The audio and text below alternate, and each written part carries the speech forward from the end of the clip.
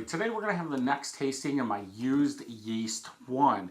Now this is an older beer, but the goal of this was to make a beer on a yeast cake, draw all the liquid off, make another beer, pour it in there, and see how many I could do. I did this one, and I believe used yeast 2. So I made a beer, and that was a rye beer. Drew all the liquid off, made this beer, let it ferment, drew all that liquid off, made another beer, put it in there. And I know I got scared because it started getting like white bubbles across the top of it. And I was like, there's no way. I bottled that beer, and from what I remember, I should have kept going because beer 2, I think, was the best. I could be wrong. We'll find out. But yeah, so this is used yeast 1. This was bottled on 4/26/2020, 7.37%. And I can say, when I poured this in there, within 2 hours, this thing was rolling.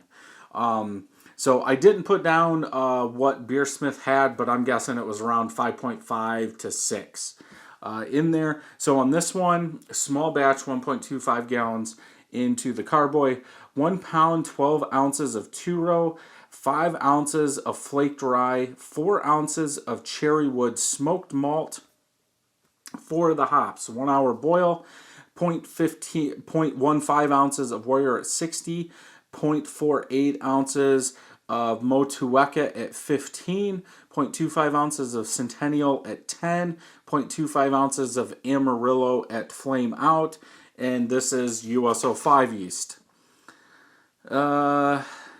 Yeah, and that's all I have. No dry hop. I didn't want to dry hop them because I didn't. Usually those hops will kill the yeast, so I didn't want to do that. This is using 4 carbonation tablets of the small pearl, 12-ounce bottle. Let's get into it. Okay, hiss. Good smoke. Seems like I say that a lot. Okay, hiss, but the smoke's good. Oh, it's bubbly. Very light in color. It almost looks like there's white wheat, but there is a little bit more color. So the flaked rye is 2 SRM. That's not going to really do anything. Cherrywood smoked malt, I would think it would be darker, but per Beersmith, it's 5 SRM. So that would be why we have a lighter color. Nice off-white colored head, small and medium bubbles in there. About a finger of head. Bubbles on the side are, I would say, half and half. Half like bubble wrap, half like dish soap. I do have a lot of, I'm guessing it's hop leaves floating in there. I do bottle directly out of the fermenter.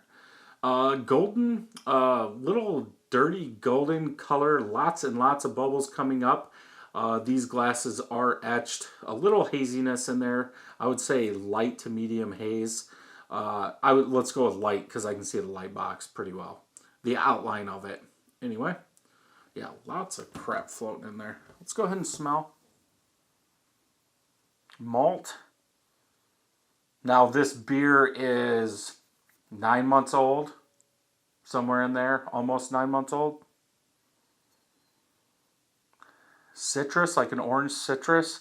Like an orange citrus malt. Woody? I think that's woody. We're actually getting some woodiness out of that malt. Yeah, there's some woodiness in there. Yeah, like a light orange malt woodiness. If you're into that. Little sweetness in there. Let's go ahead and taste.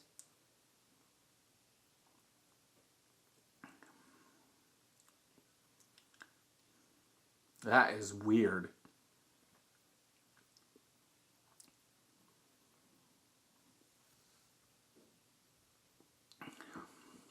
Wow. It kind of... Man.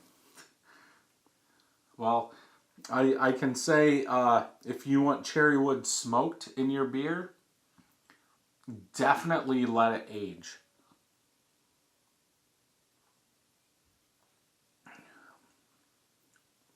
There is a lot of earthy woodiness in this beer. It's so weird.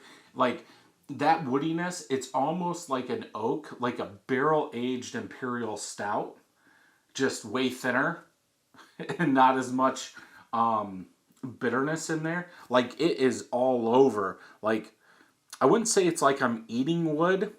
It's like the aftertaste of eating wood with some citrus and malt, sweetness in there. It's like this thing was barrel aged. In the very back, it's like a sweet woodiness. I could have swore I used this. Maybe I didn't. Now I'm going to have to go back and look because I picked up that cherry wood malt and I thought I used it in my Centennial Cascade beers at the end. And I don't remember getting this much woodiness. I don't really. There's a little there, like earthy woodiness.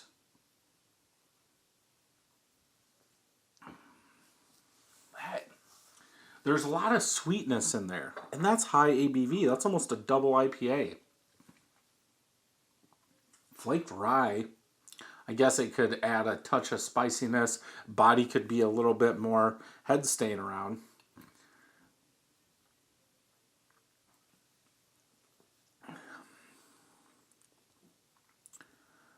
I don't know what to think about this. Yeah, a little sweet citrus woodiness in the back malt. I think it's a little overcarbed.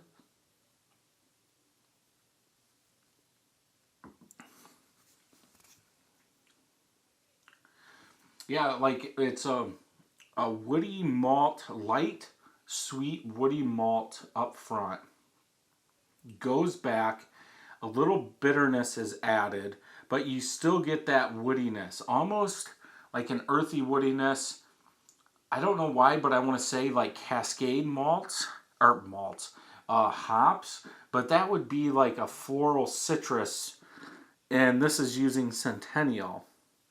Motueka could be doing something.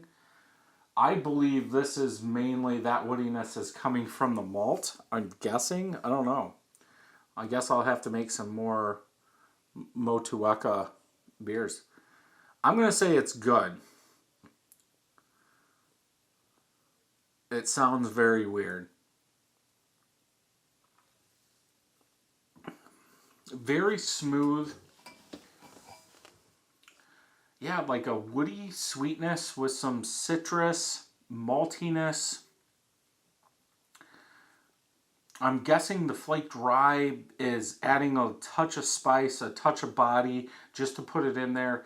But it has, I don't know if I've ever had like a barrel aged beer that was aged in a barrel for like 3 months. Like it's almost like that, but there's enough sweetness that maybe like that bourbon vanilla oaky sweetness was pulled out a little bit, but it's covered up because it's an IPA and the sweetness is just coming from the malt. But the flaked oats would have to be the body because we're pulling a lot of sugars out, and so that would make the body lighter. So something has to be adding to that sweetness. I don't know if it could be the malt.